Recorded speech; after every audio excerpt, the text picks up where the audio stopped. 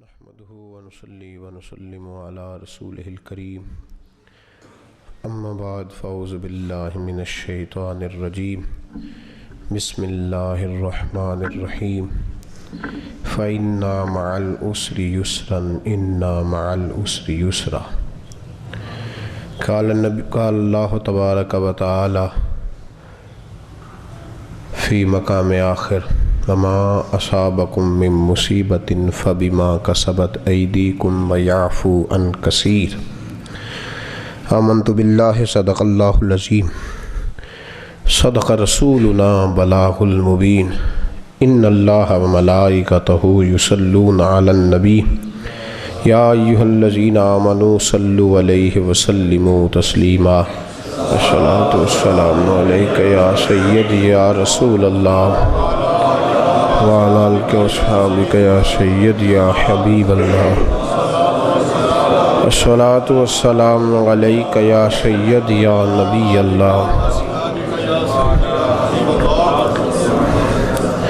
اللہ تبارک و تعالی نے سورہ علم نشرح کے اندر فرمایا ہے کہ فإن مع العسر یسرا ان مع العسر یسرا، فرمایا اگر میں کسی کو ایک تنگی دوں تو دو آسانیاں عطا فرماتا ہوں، ایک تکلیف کے بدلے دو آسانیاں رب فرماتا ہے میں اپنے بندوں کو عطا کرتا ہوں۔ تنگی اور تکلیف کے بعد اگر اللہ کی رحمت کا دروازہ بہت زیادہ کھل جائے تو پھر انسان کو سمجھ لینا چاہیے کہ وہ تکلیف اسے مہنگی نہیں پڑی، وہ اس کے لیے بڑی مفید اور بڑی کارگر ثابت ہوئی۔ تکلیفیں اور آزمائشیں مختلف اقسام کی ہوتی ہیں۔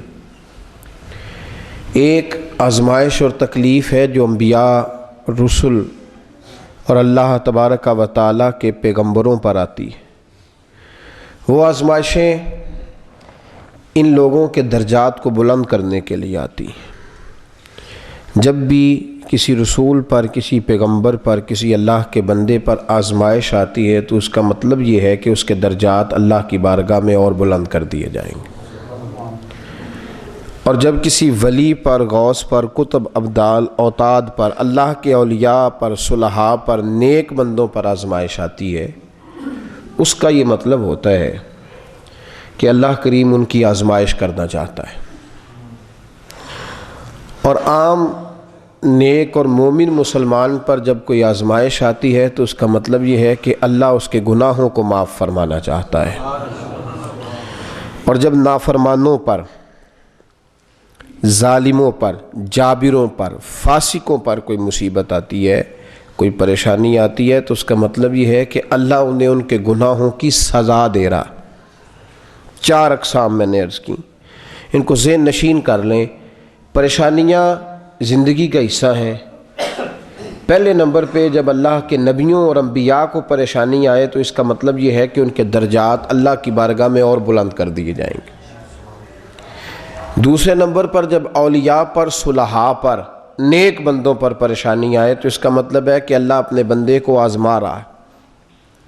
اور جب کوئی پریشانی عام مومن اور نیک مسلمان پر جو درجہ ولایت تک تو نہیں پہنچا ہوا لیکن بہرحال اللہ کی نافرمانی سے بچتا ہے، کوشش کرتا ہے، اخلاقیات کے ساتھ رہتا ہے، تنگی تکلیف نہیں دیتا، عام مومن ہے، اس پر جب کوئی پریشانی آتی ہے تو اس کا مطلب یہ ہوتا ہے کہ اللہ اس کے جو اس سے بھول کر یا جان بوجھ کر گناہ ہو گئے وہ گناہ معاف فرما رہا ہے۔ اور چوتھے نمبر پر پریشانیاں فاسق پر، فاجر پر، ظالم پر، جابر پر۔ سارے زمانے کو پتہ ہے کہ یہ ظالم ہے، فاسق ہے، اعلانیہ گناہ کرتا ہے۔ اس پر جب پریشانی آتی ہے تو معنی یہ ہے اس کو سزا مل رہی ہے، یہ اسی قابل تھا جو اس کے ساتھ ہو رہا۔ اور اس کو قرآن مجید نے سورہ شورى کی آیت نمبر 30 کے اندر بیان فرمایا، وما اصابکم من مصیبت فبما کسبت ایدیکم، فرمایا تمہیں جو بھی مصیبت پہنچتی ہے وہ تمہارے اپنے ہاتھوں کے کرتوت کی وجہ سے پہنچتی ہے۔ وَيَعْفُو عَنْ كَثِيرٍ، فرمایا کثیر بہت سارے تمہارے گناہ تو میں ویسے ہی معاف فرما دیتا ہوں، اگر سزا دیتا ہوں تو وہ بھی قلیل پر، تھوڑے جرموں پر، کثیر میں ویسے ہی معاف کر دیتا ہوں۔ تو انبیاء پر بھی آزمائشیں آئیں۔ دیکھیے نا حضرت ابراہیم خلیل اللہ علیہ السلام کہاں سے چلے ہیں؟ کبھی آگ میں ڈالنے کی آزمائش ہے، وطن چھوڑنے کی آزمائش ہے، اللہ نے اولاد نہیں دی تو آزمائش ہے، دے کے کہا کہ جدا کر دے یہ آزمائش ہے، اور پھر ملا کے کہا کہ ذبح کر دے تو یہ آزمائش ہے۔ تو کہاں سے یہ سلسلہ چلا؟ حضرت یوسف علیہ السلام کو دیکھیے نا کہ باپ نے پیار کیا تو 8 یا 9 سال یا 12 سال کی عمر میں آپ کو باندھ کے لے گئے ہیں بھائی، پیار کیا والد نے تو اتنا پیار کیا کہ کوئی باپ پیار اتنا دے ہی نہیں سکتا، لیکن اسی 10-12 سال کے بچے کو پیار ملا تو آپ فرماتے ہیں مجھے کئی صدیوں کا پیار اللہ نے اپنے باپ کی طرف سے عطا کر دی۔ صدیوں کا پیار چند سالوں میں مل گیا، لیکن آزمائش آنے لگی تو کبھی کنویں میں پھینکا گیا، کبھی مارا گیا۔ آپ فرماتے ہیں کنویں سے جب نکلا تو میرے اپنے بھائی تھے، 10 بھائی کھڑے تھے، ایک مجھے تھپڑ مارتا تو میں دوسرے کے پاس جاتا، اور دوسرے سے التجا کرتا تو وہ تھپڑ مارتا تو تیسرے کے پاس آتا۔ فرماتے ہیں تکلیف کوئی نہیں ہوئی، روتا رہا، پھر انہوں نے مجھے کنویں میں پھینک دیا، پھر میں اللہ کے فضل سے اس کے کرم سے نکل آیا۔ تکلیف وہ بھی بڑی تھی، لیکن فرمایا جب دوبارہ سے میرے بھائیوں نے مجھے دیکھ لیا اور وہ قافلہ اور قبیلہ جنہوں نے مجھے نکالا تھا اس سے کہنے لگے ہمارا غلام ہے۔ کہتے جب انہوں نے مجھے بھائی ماننے سے انکار کیا تو پھر مجھے بڑی تکلیف ہوئی، بھائی ماننے سے انکار کر دیا تو درد اٹھا میرے سینے میں، اور آپ فرماتے وہ میرے لیے بڑی اذیت کا معاملہ تھا کہ مجھے انہوں نے بھائی نہ مانا، پھر مجھے بیچا، پھر بازار مصر میں گئے تو شور ہوا کہ کیا بات ہے جناب، آپ یہ دیکھ رہے ہیں پریشانیوں کا عالم، ایک محبت عروج پہ، پھر کس طرح کی اذیت، پھر مصر میں پہنچے تو جناب یوسف یوسف ہی ہو گئی، اور پھر ایک وقت ایسا آیا کہ حضرت یوسف کو پکڑ کے جیل میں ڈال دیا گیا، اب پھر آزمائش ہے۔ تو اللہ نے اپنے انبیاء پر آزمائشیں ڈالیں، پریشانیاں ڈالیں۔ نبی پاک صلی اللہ تعالیٰ علیہ وسلم نے فرمایا سارے ستائے گئے لیکن سب سے زیادہ تکلیفیں اللہ نے مجھے عطا فرمائی۔ تو ہر ایک پر انبیاء پر، پھر اولیاء کا معاملہ آپ لے لیجئے تو لوگ اس کو پھولوں کی سیج سمجھتے ہیں، درجہ ولایت کو لوگ پھولوں کی سیج سمجھتے ہیں، یہ بڑا مشکل کام ہے، یاری تیری سونا پر ازمائشاں تیریاں آگ، یہ بڑا مشکل مرحلہ ہے، کٹھن معاملہ ہے، پیس دیتا ہے جو اس کے پیارے۔ حضرت رابعہ بصریہ رحمۃ اللہ علیہا روز بیمار ہوتی ہیں ڈیلی، اور آپ فرماتی ہیں 56 سال ہو گئے، کتنے؟ 56 سال ہو گئے، ایک دن بھی ایسا نہیں گزرا جس دن پورا جسم میرا تندرست ہو، لیکن فرماتی ہیں 56 سال ہو گئے، ایک دن بھی کبھی دماغ میں بھی خدا کی ذات کے بارے میں شکوہ بھی نہیں آیا۔ یہ دیکھیں نا آزمائش، اور پھر آزمائش میں پورا 56 سال، یہاں لوگ 8 دنوں میں گھبرا جاتے ہیں، کہتے ہیں میری جان نہیں پچھاڑ دی بیماری، 56 سال اس نے بھی جم کے آزمایا ہے، اور فرماتی ہیں اس کی دی ہوئی توفیق سے میں نے بھی جم کے شکر کر کے دکھایا ہے، شکر کر کے دکھایا، ایک دن بخار نہیں چڑھا، تندرست تھیں، 56 سال کے بعد ایک دن آیا ہے، بیمار نہیں ہوئی، تندرست ہے، تو آسمان کی طرف منہ کر کے کہتی ہیں مجھے لگتا ہے تو ناراض ہو گیا ہے، لگتا ہے تو ناراض ہو گیا ہے، تو نے آج بیمار ہی نہیں کیا، آج کوئی تکلیف ہی نہیں دی تو نے مجھے۔ تو لوگ سمجھتے ہیں کہ جو اللہ کے قریب چلا جاتا ہے اس کے تو جتنا کوئی قریب جاتا ہے اتنا ہی زیادہ وہ آزمائشوں کا شکار ہوتا ہے۔ میرے دوستو، آپ کسی بڑے آدمی سے دوستی لگا لیں، کسی بھی بڑے آدمی سے، تو اس کی دوستی کے بڑے ہی درجے ہوں گے، آپ کو بڑا رکھ رکھاؤ کرنا پڑے گا، بڑی مشکل کے ساتھ بڑوں کی دوستی کے ساتھ گزارا ہوتا ہے، تو جس کی خدا کے ساتھ دوستی ہو اس کے لیے کتنا بڑا ہونا ضروری ہے اور کتنا اس کے لیے مشکل ہوگا یہ گزارا کرنا۔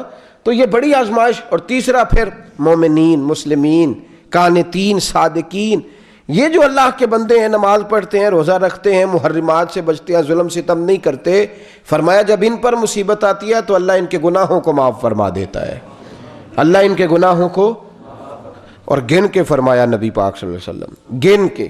حضور یہ بھی فرما دیتے نا کوئی بھی مصیبت آئے تو گناہ معاف، کام چل جاتا، لیکن میرے رسول نے گن کے فرمایا، ترمذی شریف میں فرمایا تمہیں مرض آئے، ذرا غور فرمائیے گا لفظوں پر، تمہیں کوئی مرض آئے، تنگی آئے، آزمائش بیماری کی صورت میں آئے، فرمایا تمہیں آزمائش مال کی کمی کی صورت میں آئے، یہاں تک کہ حضور نے فرمایا تمہارے پیر میں کانٹا بھی چبھ جائے۔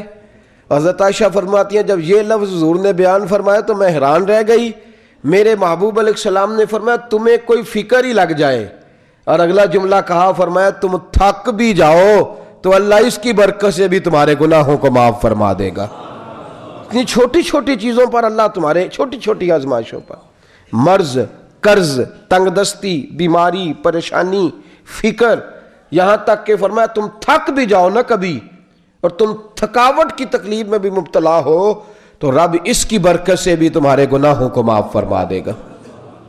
تو میرے دوستو یہ جو، اور اگلی بات، یہ تو لفظ ہے ترمذی کے، اگلے جملے مسند احمد میں موجود ہیں۔ حضرت سیدنا مولا علی شیر خدا رضی اللہ تعالیٰ عنہ فرماتے ہیں میرے سامنے بھی حضور نے یہ بیان فرمایا، لیکن دو چیزیں میرے رسول نے اضافی بیان فرمائیں۔ میں نے فوری طور پہ عرض کر دیا، جب حضور نے فرمایا نا چھوٹی چھوٹی چیزوں پہ بھی اللہ گناہ معاف کرے گا، تو میں نے فوراً عرض کیا، میں نے کہا یا رسول اللہ اس کا کیا مطلب ہے، کیا مطلب ہے اس کا؟ تو فرماتے ہیں حضور علیہ السلام نے فرمایا علی اللہ تمہیں جزا دے، تم نے بڑا اچھا سوال کر دیا ہے، تمہیں اللہ جزا دے، بڑا خیر والا سوال۔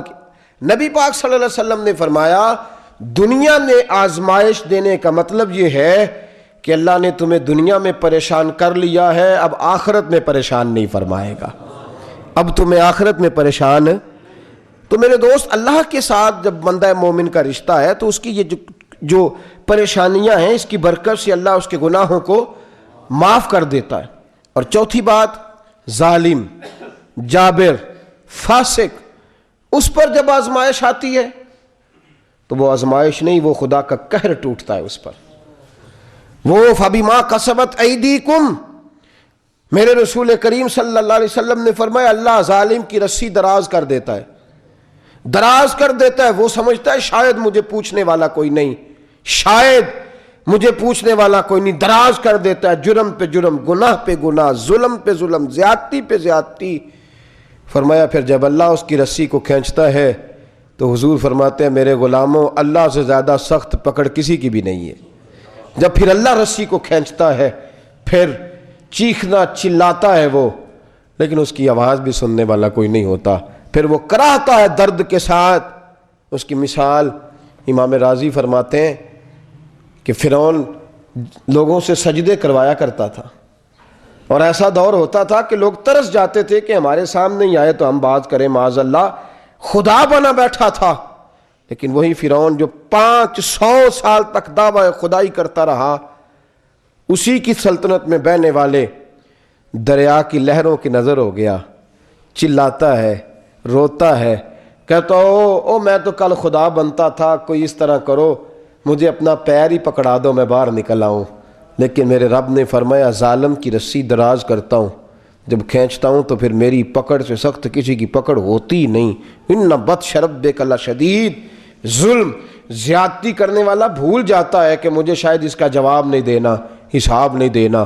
یاد رکھیے بڑا کڑا حساب ہے، پھر سالوں بیت جاتے ہیں بندہ حساب ہی دیتا رہتا ہے، صدیاں گزر جاتی ہیں۔ دعا فرمائے اللہ ظلم سے ہی محفوظ فرمائے، اللہ زیادتیوں سے ہی ہمیں محفوظ فرمائے، ایسے لوگوں کے شر سے اللہ محفوظ فرمائے۔ تو 4 باتیں ہو گئیں، آزمائش، 4 صورتوں میں آزمائش انسان پر آتی ہے۔ اب اس آزمائش نے جب آنا ہے تو کیا یہ ضروری ہے کہ ہر ایک پہ ہی آنا ہے؟ جاگ رہے ہیں آپ لوگ؟ غور فرمانا ذرا میری بات پر۔ ہم نا کمپیریزن کرتے ہیں، تقابلی جائزہ لیتے ہیں، کہتے ہیں وہ بڑا سکھی ہے، کیا بات ہے وہ بڑا سکھی ہے، کیا بات ہے۔ ہم تقابلی جائزہ کرتے ہیں، اور اس جائزے کے اندر جب ہم اینڈ پہ پہنچتے ہیں تو پھر ہم ناشکری والے جملے بولتے ہیں، کہتے ہیں وہ دیکھو کہاں سے کہاں پہنچ گیا ہے، میرے پاس کیا رہ گیا معاذ اللہ۔ اور نبی پاک صلی اللہ علیہ وسلم نے فرمایا جو بندہ کاش بولتا ہے نا اللہ کو ناراض کرتا ہے۔ یہ منع ہے شریعت میں۔ ایک مسئلہ یاد رکھیں شرعی، توجہ ہے آپ کی؟ نہیں جاگ کے سنیں گے بات تو میں عرض کر سکوں گا، ذرا زیادہ توجہ کریں۔ یہ بڑے لوگ ہم اس میں مبتلا ہیں۔ اگر میں اسے لے جاتا نا ٹائم پہ گزرا والا تو بچ جانا تھا۔ یہ جملہ بولنا جائز نہیں، یہ جائز نہیں یہ لفظ ادا کرنا۔ ہاں یہ لفظ آپ کہہ سکتے ہیں کہ میں اگر فلانی کوتاہی نہ کرتا تو مجھ پہ یہ تکلیف نہ آتی، یہ لفظ کہہ سکتے۔ آپ نے یہ کیا کہہ دیا کہ وہاں پہنچ جاتا تو یہ بچ جاتا، کیا مطلب ہے؟ وہ ڈاکٹر خدا ہے معاذ اللہ؟ موت کون دیتا ہے؟ زندگی کون دیتا ہے؟ تو وہ کہیں کسی جگہ بھی وہ شفا بھی دے سکتا ہے اور بیماری بھی دے سکتا ہے، موت بھی دے سکتا ہے، زندگی بھی دے سکتا ہے۔ تو میرے دوستو یہ لفظ کہنا شریعت اسلامیہ میں منع ہے کہ میں لے جاتا تو یہ ہو جاتا، میں اگر پہنچا دیتا، وہ اگر ڈاکٹر اس کو دیکھ لیتا ایک دفعہ تو وہ نہیں، یہ لفظ یہ آپ کیا کہہ رہے ہیں؟ آپ کو پتہ ہے موت بھی اللہ کے ہاتھ میں ہے اور زندگی بھی اللہ کے ہاتھ۔ تو یہ لفظ ادا کرنے درست نہیں، یاد رکھیں ہم بولتے ہیں یہ لفظ کہ اس نے مار دیا، وہاں چلا جاتا تو بچ جاتا، بچ کیسے جاتا؟ جب موت آتی ہے تو رب فرماتا ہے ایک لمحہ نہ آگے ہوتا ہے نا۔ تو ہم کیا کرتے ہیں؟ ہم کہتے ہیں جی فلاں بڑا اچھا ہے، جی فلاں ایسے کر دیتا تو ایسے ہو جاتا۔ نہ بھائی میرے بھائی، یاد رکھ، آپ ٹٹول کے تو دیکھیں کہ وہ دکھی کتنا ہے۔ آپ نے سمجھ لیا اس کے پاس 4 پیسے آ گئے ہیں یا اس کا گھر اچھا بن گیا یا گاڑی مہنگی میں بیٹھتا ہے تو یہ سکھی ہے۔ تکلیفوں کے مختلف رنگ ہیں، آزمائشوں کے مختلف رنگ ہیں، ہر آدمی کو اللہ نے مختلف انداز کی آزمائش میں ڈالا ہوا ہے۔ آپ ہر امیر آدمی کو سکھی نہ سمجھیں اور اس کے ساتھ اپنے آپ کو تقابل کر کے اللہ کی ناشکری نہ فرمائیں۔ حضرت خضر علیہ السلام، ایک آدمی سے ملاقات ہو گئی، دوست بن گیا۔ آپ اسے کہنے لگے یار تو نے کبھی کوئی کام ہی نہیں بتایا، تو نے کبھی کام ہی نہیں۔ کہنے لگا جی کام کیا بتانا ہے، 2 کی بڑے ہیں۔ تو آپ فرمانے لگے ساری دنیا کو ہے۔ کہنے لگا جی مجھے کچھ زیادہ ہی ہے۔ میری حیات کا افسانہ پوچھنے والوں، کہیں سے یہ قصہ پڑھا نہ جائے گا۔ کہنے لگا جی مجھے ساری دنیا سے زیادہ ہے۔ آپ نے فرمایا نہیں، بڑے بڑے دکھی لوگ ہیں۔ کہنے لگا اچھا اگر آپ کوئی کر سکتے ہیں تو دعا کریں اللہ مجھے سکھی کر دے۔ حضرت خضر علیہ السلام آپ فرمانے لگے اچھا چلو ٹھیک ہے، اللہ اپنے بندوں کی دعا قبول کرتا ہے، مجھ پر بھی اللہ بڑی مہربان ہے، میں جب بھی کوئی دعا مانگتا ہوں میرا اللہ قبول فرما لیتا ہے۔ تو اس طرح کر، اپنے پورے علاقے میں سکھی بندہ ڈھونڈ لے اور اس سکھی بندے کا آ کے مجھے بتا کہ یہ بڑا اچھا ہے، آپ دعا کریں اللہ مجھے اس جیسا بنا دے۔ دعا کر دیں، میں دعا کر دوں گا اللہ تجھے بنا دے گا، تیرے ساتھ وعدہ رہا، ڈھونڈ لے۔ وہ کہتا میں تھک گیا ڈھونڈ کے، میں جس کو بھی ٹٹولتا ہوں اس کی تکلیفیں صحیح نہیں جاتی۔ کہتے ہیں ایک سونار مجھے مل گیا مصر میں، بڑی گاڑیاں، بڑے پیسے، بڑی جائیدادیں، 4 جوان بیٹے، کیا بات ہے، ہر طرف لہر بیر، سیاستدان بھی اس کو سلوٹ کرتے ہیں، مشائخ اور علماء سے بھی اس کا پیار ہے، بڑا کچھ ہے، قابل فخر زندگی، نماز روزے کا بھی پابند۔ کہتے ہیں میں آیا حضرت خضر علیہ السلام کے پاس، میں نے کہا میرے دوست مجھے بندہ مل گیا ہے، تو آپ اس طرح کریں اللہ کی بارگاہ میں دعا کریں مجھے اس جیسا بنا دے۔ حضرت خضر علیہ السلام کہنے لگے اس طرح کر، اس کو ذرا تنہائی میں تو پوچھ، اسے اکیلا لے جا اور اسے جا کے پوچھ کہ تیرا حال کیا ہے، اس سے پوچھ۔ کہتے ہیں کیا مطلب؟ فرمایا تو پوچھ لے نا، ایک دفعہ تفتیش کر لے، میں دعا کر دوں گا تو بن جائے گا۔ شام واپس آئے تو کہنے لگے جی میں نے نہیں اس جیسا بننا۔ فرمایا کیا ہوا؟ کہنے لگا بازو تھام کے سائڈ پہ لے گیا ہوں، تو میں نے پوچھا تیرا کیا حال ہے؟ تو کہنے لگا میں بچپن میں پیدا ہوا ہوں تو سونے کا چمچہ لے کے پیدا ہوا ہوں، اس گھر میں نے تکلیف نہیں دیکھی، میرا دادا بھی رئیس اعظم تھا، میرے والد کی بھی کیا بات تھی، کوئی پریشانی نہیں دیکھی، ہر چیز ہے۔ تو میں نے کہا اصل معاملہ یہ ہے کہ حضرت خضر علیہ السلام میرے دوست ہیں، تو مجھے انہوں نے کہا ہے کہ میں دعا کر دوں گا اور اللہ تجھے دے دے گا، تو میں تیرے جیسا بننے کی دعا کرنا چاہتا ہوں۔ فرماتے ہیں وہ اس درد سے رویا، اس درد سے کہ اس کا غم سنے بغیر ہی میرے آنسو نکل گئے، اس درد سے وہ رویا۔ میری حیات کا افسانہ پوچھنے والے، کہیں سے یہ قصہ پڑھا نہ جائے گا۔ کہا اس تکلیف سے رویا کہ سہا نہ گیا۔ میں نے کہا ماجرا کیا ہے؟ دولت تیرے پاس ہے، شہرت تیرے پاس ہے، عزت تیرے پاس ہے، گھر تیرے پاس ہے، بنگلہ تیرے پاس ہے، گاڑی تیرے پاس، بیوی تیرے، بچے۔ کہتا جب بچوں کا لفظ آیا تو اس نے کہا کہ چپ کر جا، آگے نہ جانا، تجھے پتہ ہے یہ بچے کس کے ہیں؟ میں نے کہا نہیں۔ کہنے لگا یہ چاروں میں نے مختلف جگہ سے لے کے پالے ہیں، میں دنیا کا وہ امیر آدمی ہوں، وہ سکھی ہوں جسے خدا نے سب کچھ دیا ہے پر دولت اولاد نہیں دی، میں وہ دنیا کا رئیس اعظم ہوں جس کے پاس سب کچھ ہے۔ کہا یہ 4 جوان ہو گئے ہیں، محنت سے پالا ہے، لیکن یہ مجھ سے حصے مانگتے ہیں، یہ مجھ سے پیسہ مانگتے ہیں، یہ مجھ سے جائیدادیں مانگتے ہیں۔ میں روز رات کو دنیا سو جاتی ہے اور میں ساری دنیا کا مال کما کے بستر پہ بیٹھتا ہوں تو میں کہتا ہوں خداوندا تو مہربانی کر کے مجھے ایک بیٹی دے دیتا, اللہ تو بے نیاز ہے, ایک بیٹی دے دیتا, کو میرے لیے روتی تو صحیح, کو میرے لیے مخلص ہو کے دعا تو مانگتی, کو میرے جگر کا ٹکڑا تو ہوتی, میرے وجود کا. کہنے لگا میرے جیسا دکھی کوئی نہیں, کائنات کے کل خزانے ہیں, لیکن مجھے پتہ ہے میں مر جاؤں گا تو یہ چاروں سجدہ شکر ادا کریں گے, میرے لیے دعا نہیں کریں گے, یہ شکر کریں گے میں مر گیا ہوں. نہ میرے جیسا نہ بننا. حضرت خضر علیہ السلام سے کہنے لگے حضور مہربانی فرمائے, میں جس حال میں ہوں مجھے اسی حال میں رہنے دیں, میں جس حال میں ہوں مجھے جے سونا میرے دکھ وچ راضی تے پھر سکھ نو.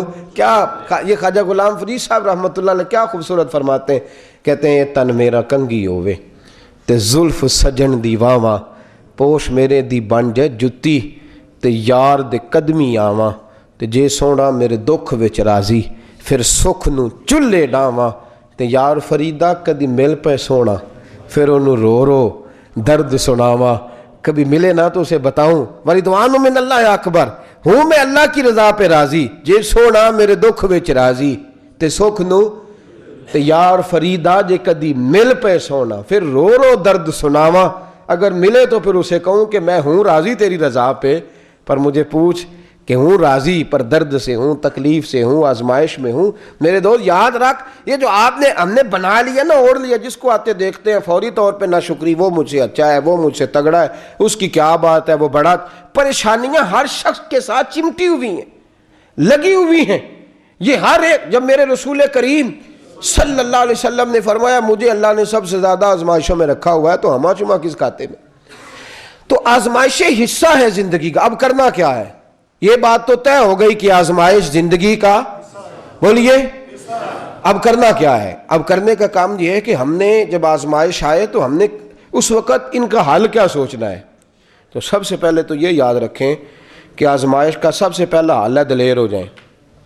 کیا کریں, یہ جو ڈپریشن کے مریض ہیں نا بہت زیادہ, کہتے ہیں جی آپ کی شوگر کیسے بڑھ گئی, ٹینشن ہی بڑی لی ہے. بلڈ پریشر کس چیز سے ہوتا ہے, بولیں کس بات کی ٹینشن لیتے ہیں ہم لوگ. خودکشیاں کتنی ہو رہی ہیں پتہ ہے آپ کو.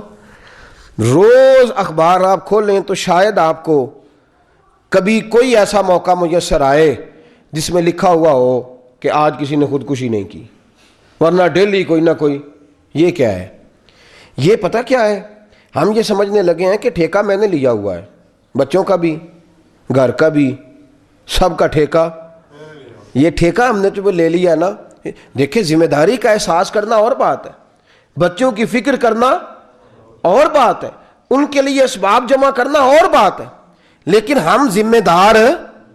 یہ ذمہ داری کس کی ہے, بول لینا یار, اللہ کا نام تو لینا چاہیے. بس کس کی ذمہ داری ہے, اللہ کی ذمہ داری ہے. تو رب کریم اپنی ذمہ داریاں نبھانے میں کسی کا محتاج. تو ہم نے بلا ہو میرا بچہ میں فلان ہو گیا جی, آپ کو جناب کیا حال چال ہے بھائی, منڈے بڈھا کر چھڑیا, میں نہ کدھر پڑھ جانا کہ واہ جی واہ تینوں منڈے بڈھا کر چھڑیا, تو جی کل منڈے پوچھا تو انہوں نے کہنا مینوں میرے منڈے بڈھا کر چھڑے. اسی چکر میں سارے یہ کیا بھائی دیکھیں نا.